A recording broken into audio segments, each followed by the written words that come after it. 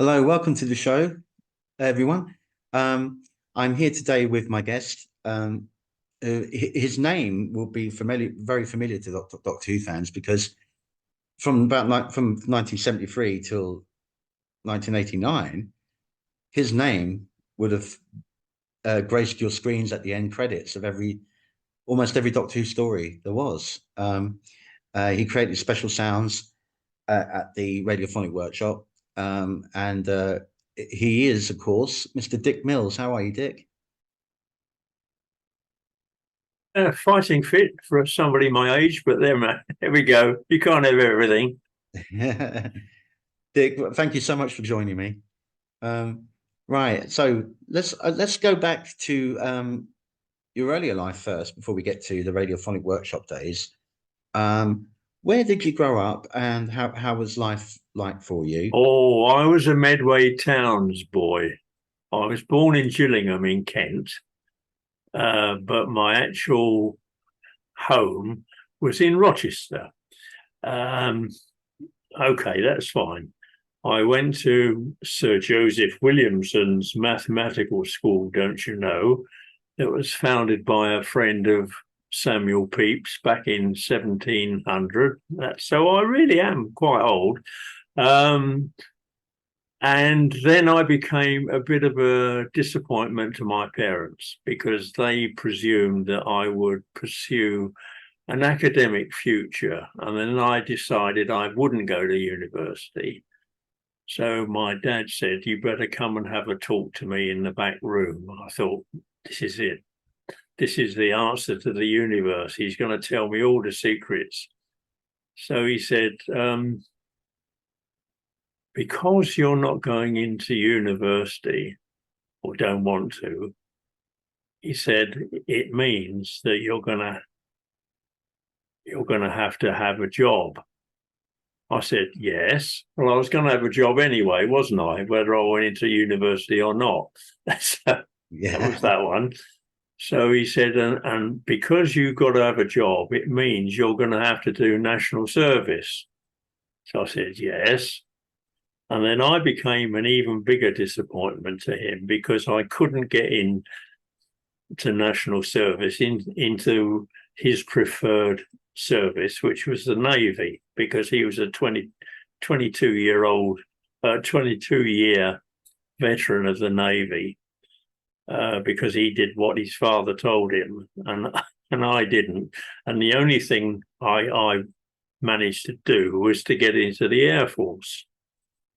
Before which, I got a job as an insurance clerk in London for a best part of a year or so, which wasn't a success because I didn't like the attitude, the old world attitude of you can't take your jackets off in summer in case a member of the public see you in your braces, and on Saturday morning you could wear a sports jacket and actually go out for a cup of tea at coffee time, and that. So I go into the Air Force, had an amazing time. I thoroughly enjoyed it. I seemed to be at the right place at the right time for most things. And I ended up in Germany driving a radio maintenance, radio mechanic sort of repair service. And we toured all around the British zone in Germany. So it was a lovely time. We pulled one enormous trick at the beginning because we were rummaging around in the office one day, clearing out something, and I found a rubber stamp with "top secret" written on it. So we got this A4 brown envelope and just stamped "top secret" on the front. So when we go out, the guard was used to lifting the barrier to let us out. He said, "Where are you off today, chaps?" And we said, "Top secret, can't tell you." So we were, in fact, testing a radio link experiment across Germany that enabled people in the Air Force up in planes to get people on the ground could get a fix on where the aircraft were by triangulating their radio transmissions. Because every time the Germans dug a road up, they inadvertently, or perhaps deliberately even, dug an important landline up that was carrying this information anyway. So the RAF decided they would get ahead of the game. So we never knew where we were going most days. And then we never knew where we were going at first anyway, because it was Germany rather than Great Britain. So I drove around the British zone, having the time of my life. I remember one place we stayed at, which was Hamlin, the Pied Piper fame. And the sergeant I was with, he raised absolute hell at reception, complaining that he didn't have any bedclothes provided. So the girl said, well, of course you have.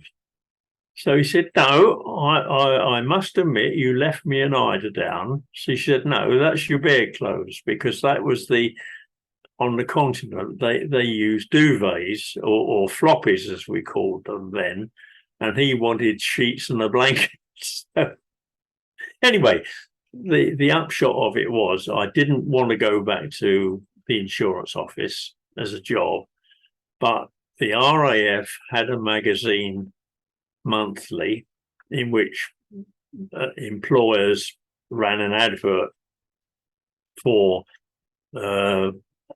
demobilized troops for re-employment. And I got, there was an advert for the BBC.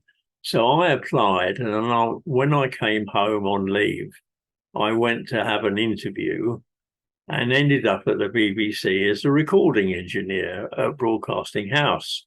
And then I've been in that about 18 months or 2 years, doing everything from recording to editing to, working with tape machines and all that nonsense.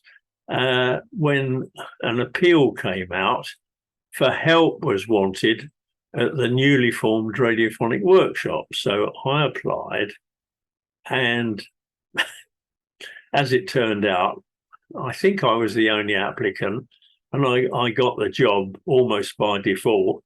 And when I turned up on my first day, and remember, I'd applied for a job that I knew nothing about. The department I was joining, rumour has it, it was formed on April the 1st, which was another sort of, fatal sort of omen. And the room I'd be working in was actually called Room 13. So with these three things, ominous looking warnings in front of me, I sailed into Maida Vale. I said, hello, I'm Dick. And they said, oh, it's you. I said, well, thanks for that overwhelming welcome. Shall I go out and come in again? They said, well, no. It's not exactly personal. I said, it sounded a bit personal. So they said, no. When we heard that somebody had applied for the job, we all knew of a chap with the same surname as yours, and none of us wanted to work with him. And we were rather alarmed that you were going to turn out to be him. I said, well, I'm not. I said, but time will tell whether you could work with me or not, and vice versa. So I ended up then at the workshop, and Brian joined a year or two after I joined. So we got thrown together as working on drama shows rather than shows that needed music and signature tunes and that. So, and then Brian left in the early 70s to form his own studio. And the head of the workshop then said to me, you're going to have to take over Doctor Who. How do you feel of that? How do you feel about that? And I said, I haven't got much choice, have I? So he said, no. I said, I'll do it. So I became, well, it was a change of policy, actually, because on Doctor Who, as far as the workshop concerned, we always worked as a pair of people. There was always a studio manager plus me, an engineer. And then they realized that the engineer could probably do the same job as the studio manager, or the studio manager could have learned a bit of engineering to be just as useful separately. So we doubled our workforce, which enabled the boss to double his studio requirements. So it was empire building. But then I became the person solely responsible for special sound and a bit of electronic nonsense for Doctor Who. And well, that was it. That was I was in for the rest of until 1993. No, when did 89 Doctor Who finished? That's right. And then they managed to build me a new studio where I started remastering historical recordings for DVDs for the BBC. In addition to my now shrunken responsibilities as a sound designer. So I was happy there until, the boss says, how do you feel about early retirement? I said, every Monday. So he said, no, I'm serious. So I left it, in 93, I think it was. So I've had more time off than I ever spent in an employment. So look where it got me. You worked there for an awful long time. There, you did what? Yeah. 30 odd years or so. Yeah. Well, you did in those days. You joined a company and I don't say you stood up and sang the company anthem every morning, but it was like mortgages.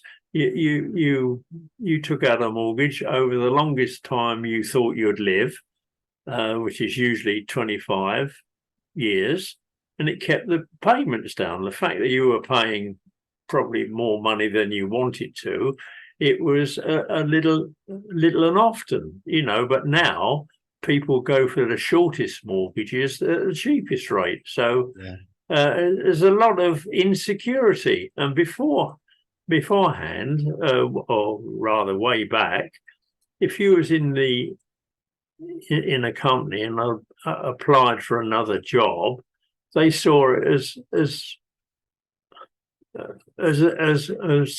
promotion. But now if you apply for another job, they don't mind because it shows you're ambitious. Nobody plans for a long-term employment in any company these days, which doesn't do a lot for company loyalty. Nobody has any what's the word I'm looking for? Any hesitation in either giving in their notice or sacking somebody. It's just that's how it is these days. And now everybody works from home. Anyway, so I ended up at the workshop. So that's how I got into it. So the first big question about your time there when you were working there, Dick, is of course the iconic, very iconic now. It's it's been updated a lot, but it's still the essence is there that it is. Oh yes, yeah. The Doctor Who opening theme, the music. Well, it's still. Modern composers are quite at liberty to do their own version of it. In fact, way back when John Nathan Turner turned the whole season over to music and sound effects from the workshop, Peter Howell did his own version of the signature tune.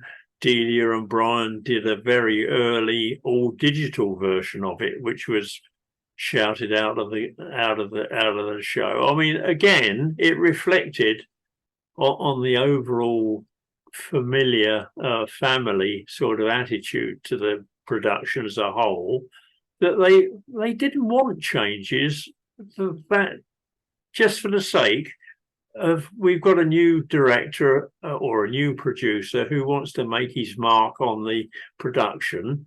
Let's change something.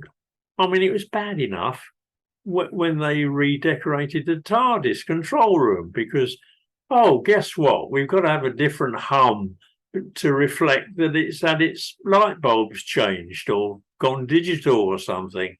And people weren't, I mean, you get some funny questions or peculiar questions at conventions.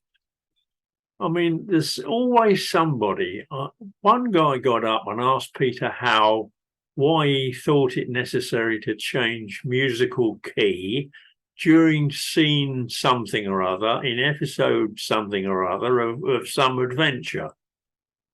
So Peter Howe said, I got fed up with the key I was in and decided to change it.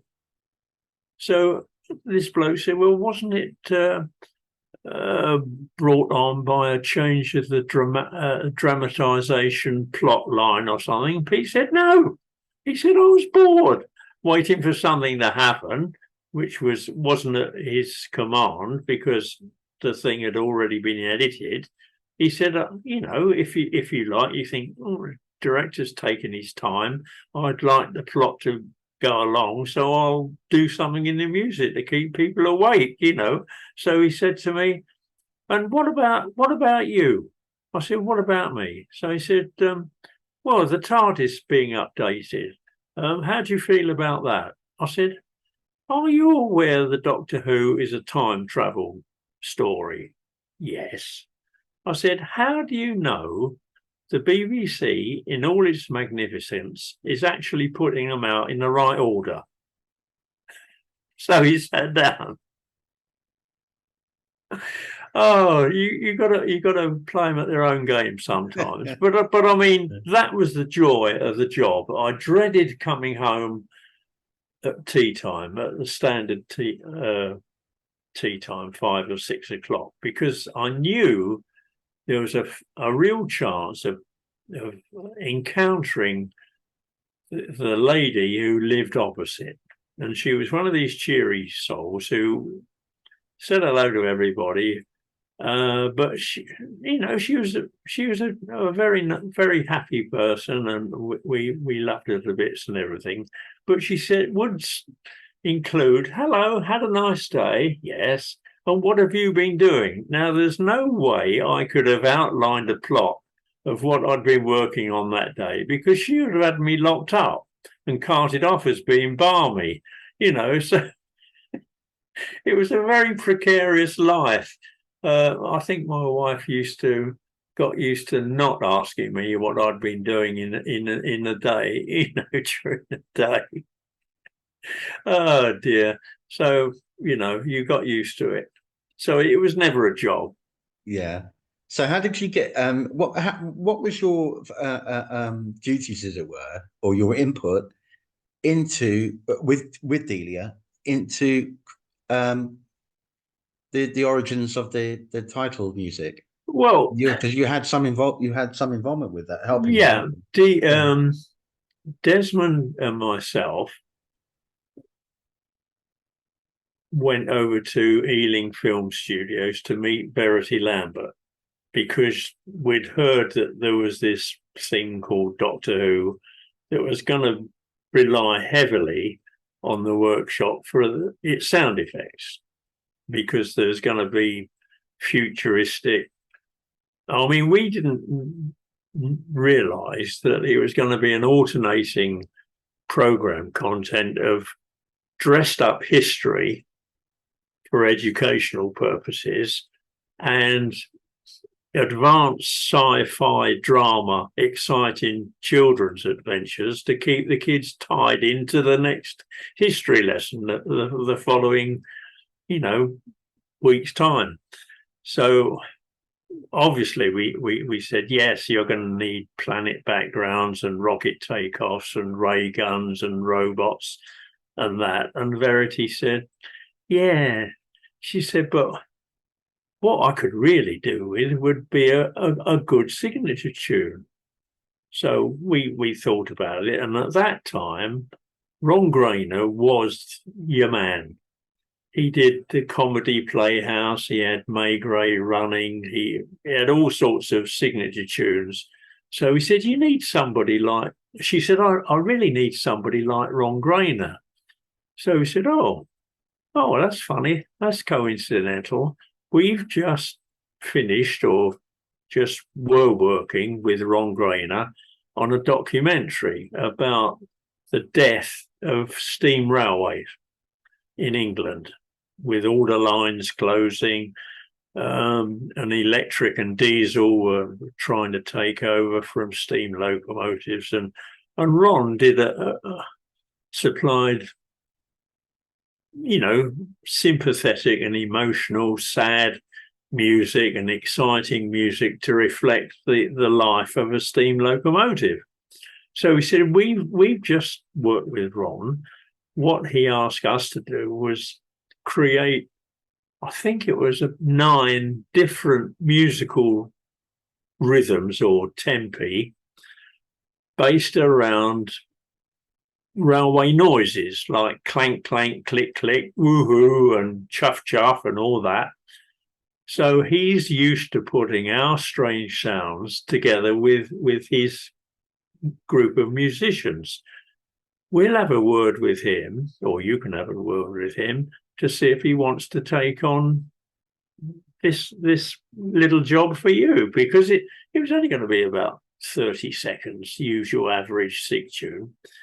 So she said, "Yeah, okay. Well, now I know he's amenable to have his music sort of messed about with, or likely to be interfered with funny noises. It won't be like asking Tchaikovsky if he would mind standing aside while some spaceship lands or whatever." So Ron turns up at the workshop with a piece of manuscript and said, "I've got to go to Portugal. My doctor says I should only work under really good lighting, natural sunlight." And I said, "Did he prescribe you've got to have an injection of Rioja every day?" He said, "Probably." So Ron goes off to Portugal and leaves Delia with this manuscript.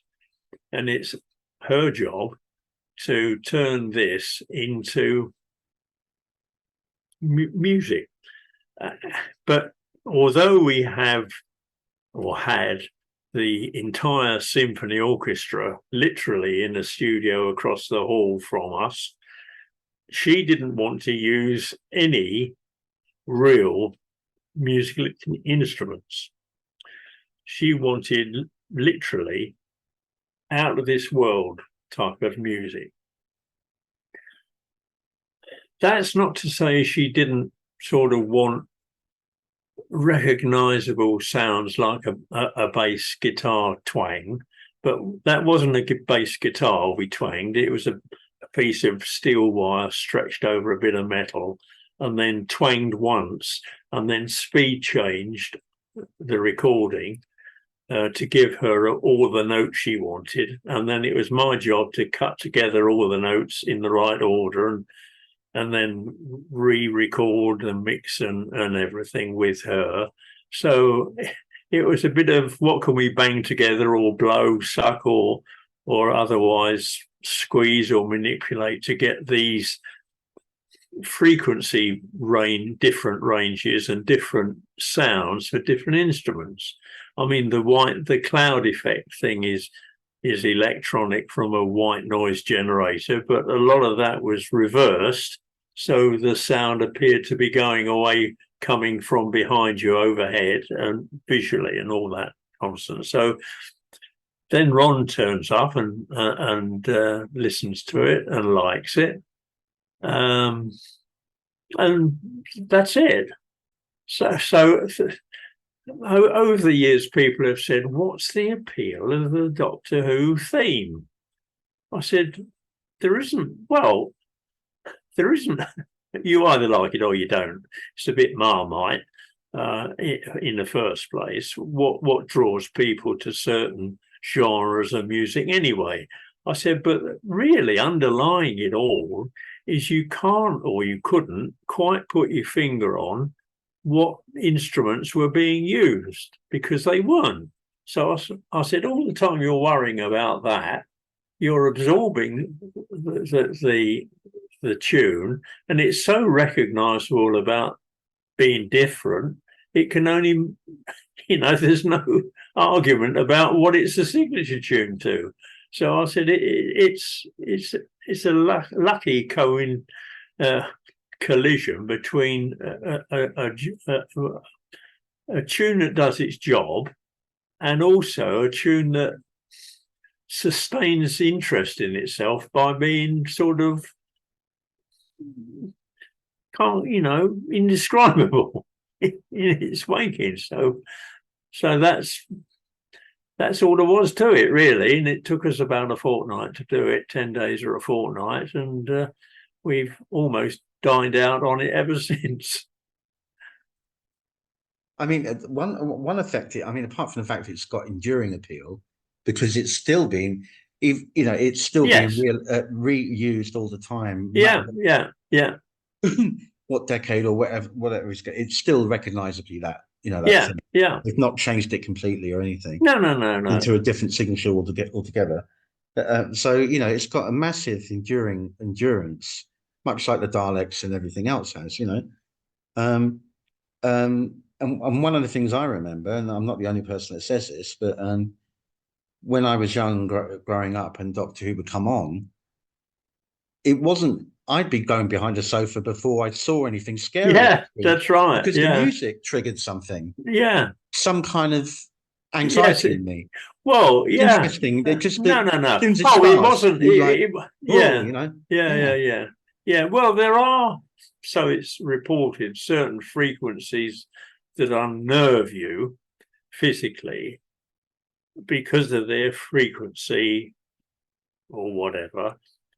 But my answer to that is very few people, apart from broadcast organizations, are likely to have sound reproducing systems capable of playing them in your front room from a loudspeaker that is oval, not much bigger than that, and probably pointing sideways from the television. All conditions have got to be right. It's got to be the right frequency. The loudspeaker has got to be as big as possible, and the amplifier is as powerful as possible, and the whole thing should be ideally aimed at your abdomen for best physical results. So you can't blame it on the music, because you see that propels me forward a few months or even years to when I was working in close association with Dudley Simpson, who always wanted the bass, the loudness turned up, because he couldn't hear the bass he'd composed coming through. I said, well, nobody's going to hear it at home anyway, Dad. All you're doing is bending the needle on the meter that's measuring it. I said, it doesn't mean to say it's going to be louder or that people be able to hear it. So, I said, you're a bit sort of whistling in the dark there for that one. But it's strange what beliefs people manage to drum up to intensify what they want to hear or what they think they hear. So, then it carries me back many, many years to the wartime, where it's reported that as soon as the German bombers came over the Channel, they would desynchronize the revolutions on their multi-engine bomber, so they get this very low frequency beating noise, which was supposed to alarm their intended victims on the ground, that they'd have advance warning of the danger coming towards them. And also the dive bombers, the Stuka 88s, had propellers on their fixed undercarriage that emitted a siren sound as they dived to bomb you. I also believe the same propellers were used for the electrics on the plane as a charging mechanism. So perhaps the shrieking sound when they were diving was just an unconscionable, undesigned sort of thing that happened to be a bonus to them. So you can't sort of overestimate people's reactions to what they think they hear or what they ought to hear. I mean, the best thing the Beeb could have done was in any subtitles would put spooky, bassy type music. And if people rung in to say they couldn't hear it, the BBC only had to write back and say, no, you're too old to be able to hear it. Yeah. There's another phenomena apparently, and that is kind of similar to what we're talking about. What you were saying about how sound kind of triggers something in people. But there are certain animals that do this thing. It's called ultra. I think it's called infrasound or something like that. And tigers can do it, and elephants and things like that. Where it's a sound. A resonance, and that they usually there's I think like a growl or whatever. Some insects can do it by rubbing an internal muscle against their diaphragm, and it enables the sound to travel. I mean, all this fashionable, trendy stuff that used to erupt. I've got some whale song. Yeah. And they say it enables the. I remember quite clearly one thing. It might have been Tomorrow's World or something like that. Somebody was banging on about, because it's very bassy, it transmits through the sea so much further. And then one of the pop stars decided to incorporate it on a song, and somebody said quite seriously, straight to camera, of course, we don't hear this in real life because the world will be a far too noisy place if we could hear every whale singing. And so they said how they managed to get it onto a pop disc as part of the music. And they said, it's very clever. They recorded it, and then they speeded it up so we could hear it. And he said, well, that's not the frequency then, if they speeded it up. No, they shot themselves in the foot with a very well-aimed bullet, They killed themselves with their own science. But no, seriously, we've come across various reports of insects using their diaphragm as an amplifier as well. Now that's another Delia thing you can lock away into your thing. When she was doing the signature tune for a series called Great Zoos of the World, which involved a multicolour poster unrolling down a wall, she wanted to source as many weird animal noises as she could. And it just so happens that a young man called Mr. Attenborough had been climbing up somewhere in Madagascar, and he had heard this funny call from a lemur, indigenous to that island. And so she got onto him and she said, I'm very interested in your recording of, I'd like to use the recording of your lemur in my music for. So David Attenborough climbed up in his attic and found her a cassette recording of it for her. So, what goes around comes around. So she was very clever, very aware of opportunities to work things in. I mean, she did a thing called Family Car, where the asthmatic exhaust pipe noise from a car that clearly needed maintenance was her own breathing out. And then she obviously became much more famous for using the old school dark green enamel lampshade, but instead of hitting it and going bong, she bowed it with a violin bow to get a totally different sound. So she was very aware of acoustic, I think that's where Delia finally said enough is enough, or she didn't even try attempting it, is when she couldn't move or wouldn't move from treating organic, manipulated real sounds that were captured over a microphone into something that came out of a grey box, like a synthesizer. She didn't feel there was enough, perhaps, life in a synthesized sound as there are in a organic everyday sound that you could capture. And John Baker was a bit along the same lines. They couldn't make the technical progression.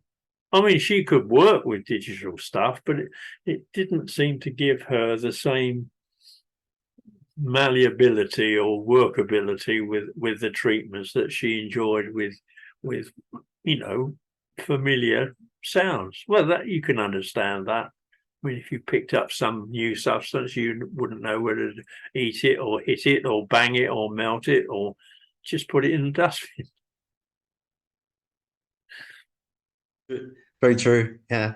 I wanted now, of course. Yeah, I know. I've opened another avenue up. No, looking for because I was looking through all your Doctor Who credits and everything. That would be impossible for us to go through them all. And discuss each story that you had involvement with. So what I've done is I've picked out just a few. Some might not be anything.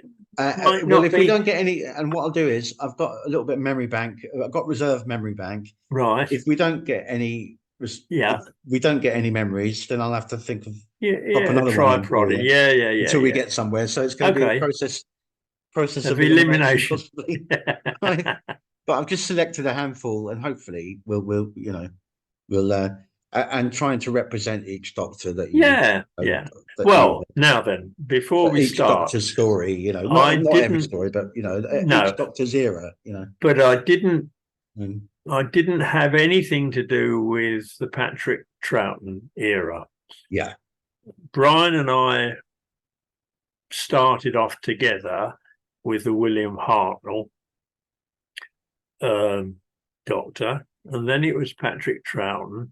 Then after that, I didn't join Doctor Who creating wise until the last episode of John Pertwee, which I think was the Carnival of Monsters. That's when you came into it. That's when I came into it. Okay. And that, I think, was John Pertwee's last show or two, because I certainly remember the story about Metabilis 3. Yeah. With the spiders. That was his last one. Yeah. That was his last one. And then from then on, it was all me unless I was on holiday. Right. And then I was most careful only to take holiday when I knew the adventure story was history based, where all they did, as far as I was concerned, was take off in the TARDIS to get them into the predicament and get them out of it at the end. The in-between bit was Battle of Trafalgar or historical correct things that we knew about. So Yeah. because the interior of the TARDIS was stock material off the shelf anyway. I mean, we didn't remake I mean, people from the regions obviously couldn't come to the workshop for every production. And if they rang up for a rocket takeoff, you know, bang whoosh, they might as well have one from the shelf, because you knew it was going to go behind a grainy sort of black and white film, and there'd be a bloke talking over in front of it anyway, so there was no need to go into any great detail. So we did run an off the pegs department for not for people to come and browse through like some people thought they could, but I need something for my production. I don't know what it is, but I'll know it when I hear it. So could I come and listen to your library? And you say, well, how many days and months have you got? Because we've got thousands of reels of tape from all sorts of things. How do you know what you know what you want when you hear it? Well, you might not ever. Your show could be the very occasion where we develop a brand new sound. Isn't that more kudos than you coming for an off the peg? Oh, I'd never agree mind. on that. I'd agree. Yeah. It would be. You're right. It's a minefield unless you Well, know specifically what you want. How the hell are you going to find it? You know? It's worse than that, because people assume that we would have catalogued the library so that they could input their wishes, and the answer would come out on a piece of paper that said, go and find reel number 3900 and you'll find it on there. Well, unless the person who was cataloguing it made it for the same purpose, he might have made it for something entirely different. Because you could give all of the composers at the workshop, all 6 of us, the same brief, and they would come up with something different in every case, which would be quite acceptable in the brief that they were given. But, you know, to pinpoint, to compartmentalize and describe a situation is like a doctor saying, well, this is a pill, but only for blue and white striped spots on your nose, you know. Yeah. So throw a title at me. Throw a title at me. All right. Let's try and go through a few of these with you, Dick. See how we do. Okay. Yeah. So you say the first one you came. Let's go for the first one that you came into, which was Carnival the Monsters. You said. Yes.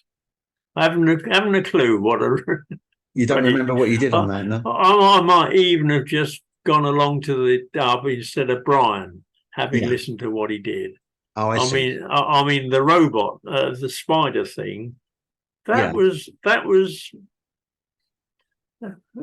interesting for a rather personal, well, not a personal, but rather. We got a lot of problem research, a lot of joy researching the speech treatment for the Queen of Spiders, because that happened to be a young lady who was the master's wife, I think, in real life. Okay. And she was a very... I think her name was Kismet. Oh, it was something. It was, it was something. Anyway, she was a rather finely built young lady, and we took great delight in just looking at her through the studio glass as she had to take deep breaths and retake many times so that we could just watch her. So, and of course, you see, voice treatment is difficult in some ways. It's fairly easy to get the effect you want on a voice, but as a component in a live situation, it's a disaster, because if you were to record the actress or actor's voice beforehand. So you had all his speeches was done in this whatever effect you wanted it. It would always be delivered at the same delivery, which is no good in a live production. If you wanted the action to speed up or slow down or take a turn for this or that, because it's a fixed component. So we had to design a voice treatment that was portable and could be reproduced at the time of recording in a live situation. Now, all that meant in our most well-known voice treatment aspect of the Daleks was a reel of tape with a certain frequency recorded on it that they played back through a transformer of sorts into the dedicated microphone for the actor playing the voice of the Doctor. So that whether this bloke coughed, sneezed, scratched his head, or did even worse, it would always come out through his microphone as an actor, as a Dalek, right? So a bloke going by whistling, sweeping the studio, if that microphone was left up, they'd say, that bloody Dalek's whistling again, you know.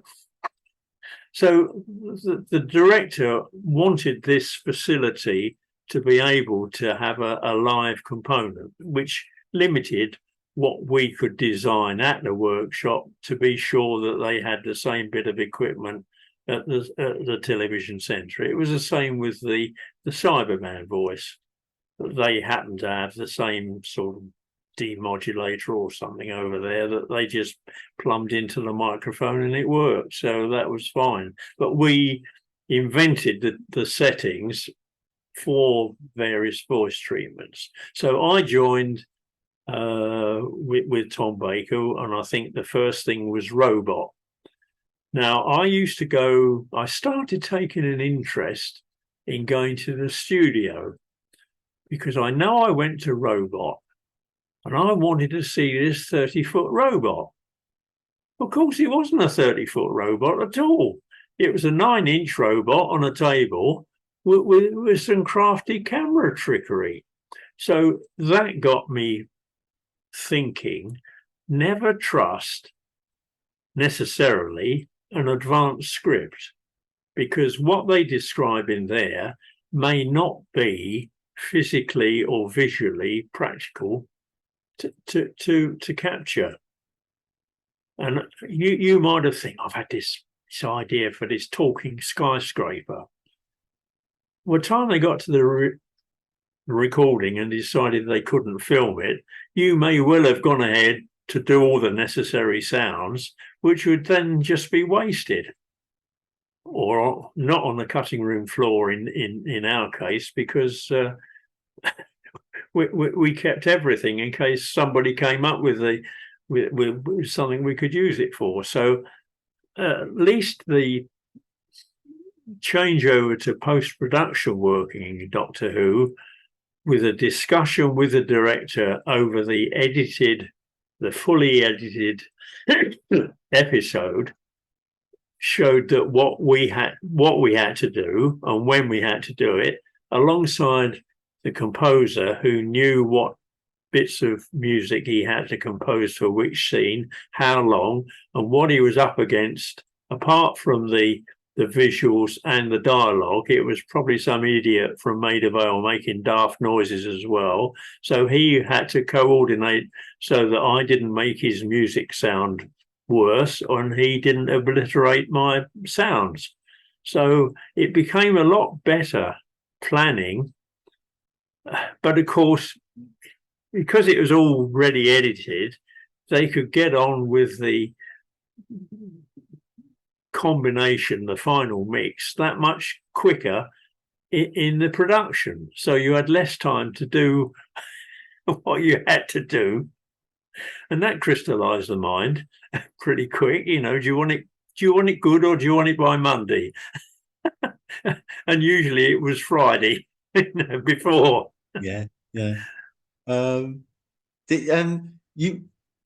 you remember creating the the atmospherics, the sounds, and so on for the Zygon story, Terror of the Zygon. Oh, I like that.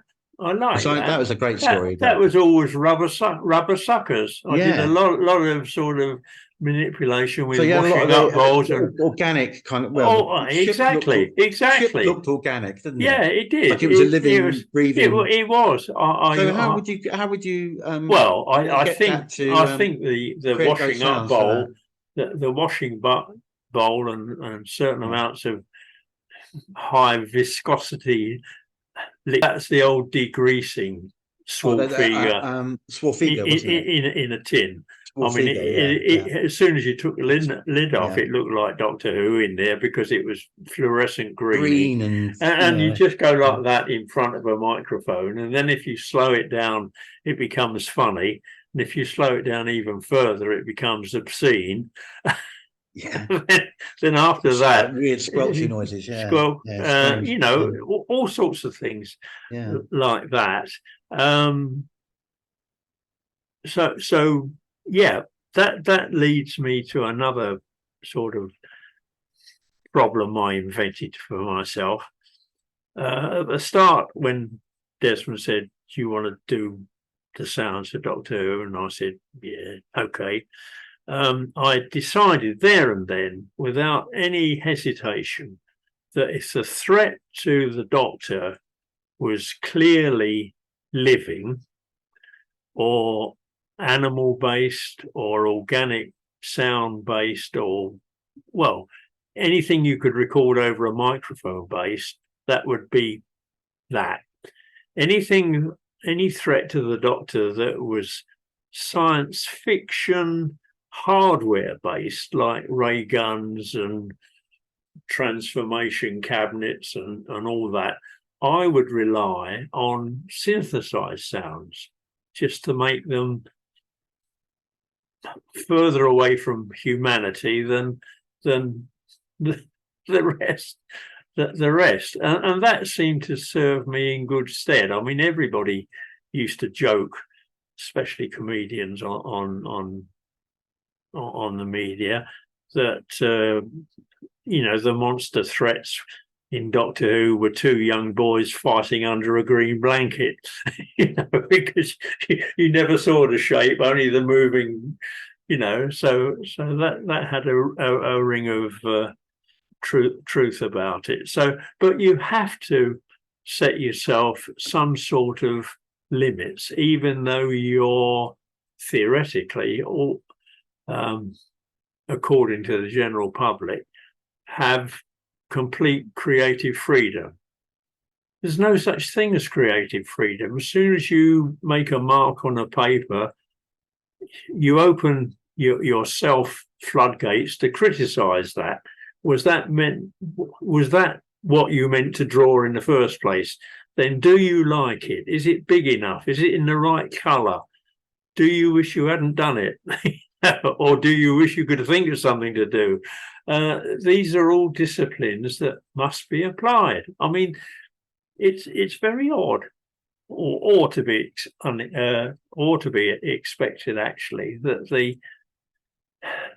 the most gifted contributors of the staff at the workshop have been in the form of people who have come on attachment from really strict discipline-led departments. Like we were sitting in the canteen having lunch years and years ago when a guy, Phil Young, from music department, that's Studio One with grand pianos and orchestras and that serious music department, came in beaming ear to ear, really pleased with himself. So it's as like he'd lost sixpence and found a fiver, you know. So he said, what on earth is up with you? Why are you so happy?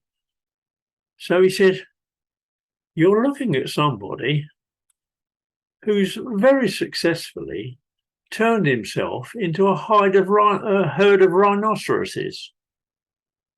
I mean, this is a bloke who supervised, master conductors, the real maestro of the musical world, sensational, top of the range soloists, and that. He'd really let his hair down doing some sounds for one of Ionesco's rather sort of abstract plays, So, and he was thrilled to bits that he was able to forget the discipline of 5 lines and 4 spaces and clefs and time signatures, and he could actually let himself go. He felt almost cathartically cleansed. But it's that's really lovely. That the mind is amazing. That it only needs somebody unpick the lock on the right day and let out emotions he didn't know he had or would never have tried. If somebody said, "I'd like you to be a rhinoceros today," he would have probably had them locked up, but because it appealed to his imagination. But it's funny how people can take to absurd situations that they never, and of course it works the other way. You get people that are thrown in the deep end. I mean, I was fortunate enough to work with Roberto Gerald, an old Spanish guy who loved everything about England. And he came over here with his wife, Leopoldina, and they lived on a bypass around Cambridge. And he was commissioned by the BBC to write a symphony. And him and his wife used to get up at 3 o'clock in the morning, because that was the only time in 24 hours where the traffic noise was quiet enough for them to record music concrete or everyday sounds, which he wanted to incorporate in his symphony, you see. So the BBC let him get on with this, but then insisted that he came to the workshop to put all his sounds in the right order and the right quality and the right everything to play at a symphony concert at the festival hall, world premiere. So I said, this is exciting stuff, Roberto. I said, who's going to play the tape machine? He said, he said, there is no question about that. So I said, you're going to do it then. So he says, no. He says, I'm the bloody composer. He said, I've got to look famous. He says, we've got to find somebody that's lived with this composition from its inception and understands all about the tape and understands all the sounds and this, that, and the other. I said, that's going to be a job. He said, no. He says, you're sitting in front of me. You know as much about it as I do. So there was I. The festival hall. There's a stage at the front, obviously, and then you've got those flying boxes on each side. Well, in the flying box at the side, behind the conductor, which is important or not, there was me, a studio manager, an engineer, the tape machine and the tapes, and a spare tape machine and the spare tapes in case the first one broke down, all in this box, all dressed up in dinner suits. Not that mattered, but we never got a cue from the conductor because he didn't realise where we were. There was 4 industrial-looking loudspeakers placed amongst the orchestra, and I had to play this tape in at the right time throughout this symphony, which was okay. I mean, the first time we played it at Maida Vale rehearsal, all of the violins broke down in hysterical laughter, and the conductor came over and apologised on behalf of the whole band to us. I've never been so embarrassed in all my life. And Roberto said, "Oh, go on, you must have been." I mean, it was amusing because nobody had heard these sounds before, and to have them spring out on you in the middle of a symphony was a bit. Anyway, we got through it, and there was a split second, as there is in every modern work, where nobody's quite sure whether it's finished or not, and then the applause breaks out. Well, in that microcosm of silence, a guy in the audience shouted out "rubbish," and we still don't know today whether the applause was for his verdict or whether people enjoyed it. But I mean, I mean, my experience of playing in a symphony orchestra was absolutely nil, and yet I said, and the members of the symphony orchestra afterwards said, "You did very well for a non-musician. How did you do it?" I said, I looked at the score, because having learnt the piano when I was young, I could follow a score. I said, then I looked down to see which member of the orchestra was playing immediately before my entry point, and I watched and waited for him to do that, and then I did it. So they said, "You weren't looking at the conductor then?" I said, "Well, to be honest, he wasn't really looking at me much of the time either." So I said, we got through it. So I was on the tour, and every time it was performed in London, I was the bloke sat behind the tape machine. And to be honest, that they treated it a bit more responsibly.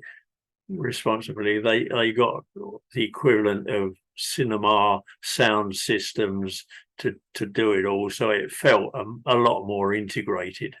So that was good. So Yeah, that's a lovely story. so you get you get both Mm-hmm. sides of expertise, and as I say, it was such an enjoyable sort of career. You couldn't forecast. I mean, obviously, if you were on a big production, that you knew what you were doing the following few days, but you see, we never got into action unless somebody else thought of a program idea. Yeah. We very nearly we never actually went on concert tours of our own compositions, although they were our own compositions, but only in the context of somebody else's program. Yeah. So yeah. So that was Robot. That was quite good fun. That was and Tom was delightful to work with. Yeah. Do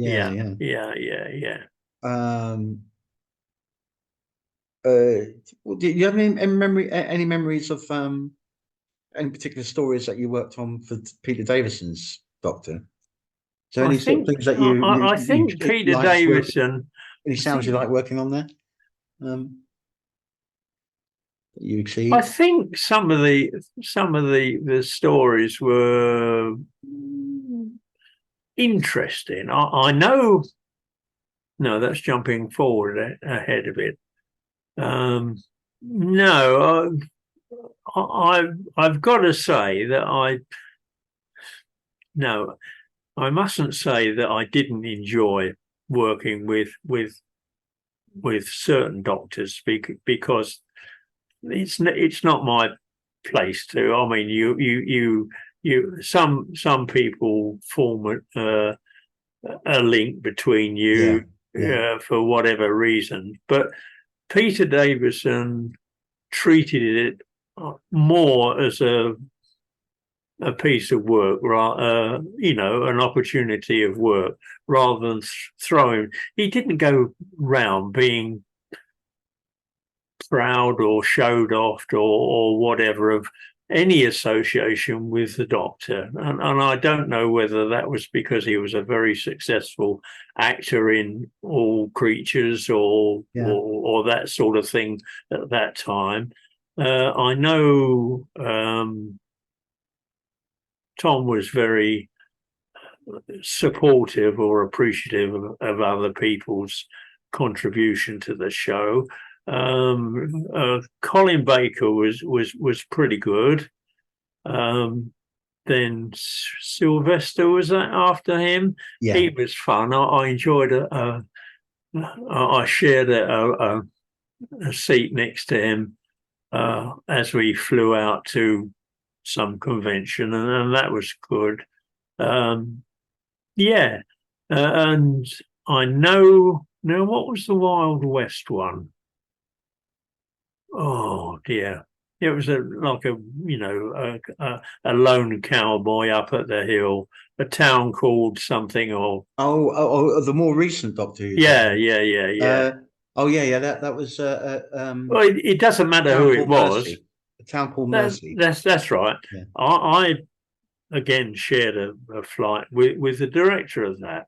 And I said I did enjoy that. I really got to it. The music was whatever it was, and it was a rattling good story. So he said, yeah, it was all right. He said, but there's always the next one. And I thought, oh God, I mean, the plane was more or less fully booked by Doctor Who to get cast and crew and fans out there, and the guy didn't even pay lip service to what was in my mind, a rattling good story. I mean, recently I did a Zoom interview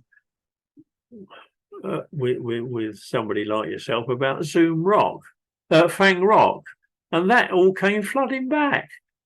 It's some stories stay with you. Some, whether it's because I found that one easier to do, some stories that you might struggle with, where you've got to supply every sound because they're so contributing to each level of the story, can be a pain. I mean, there was one called Dragonfire, I think, where it took place on different levels inside a mountain, and they only had about, did they have Daleks in that one? I can't remember. Dragonfire, that was Colin. That was the one that had it was called Ice World. It was set in an ice. Oh, that's right. Ice kind of planet. But I know there was different levels, and the only way you could keep the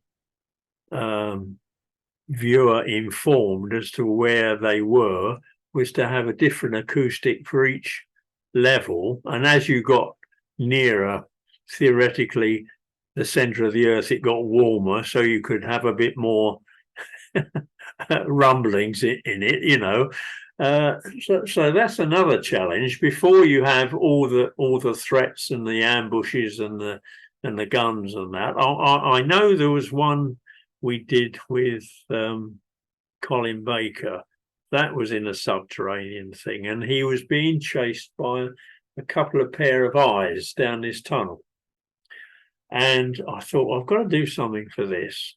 So I sort of held myself back a bit. But later on, when the denouement came, and it transpired that this pair of eyes was an optical illusion, and all it was a moth or something fluttering after him, which he had in the palm of his hands, and he opened it out. The director said to me, "Oh, that was good." I said, "What was?"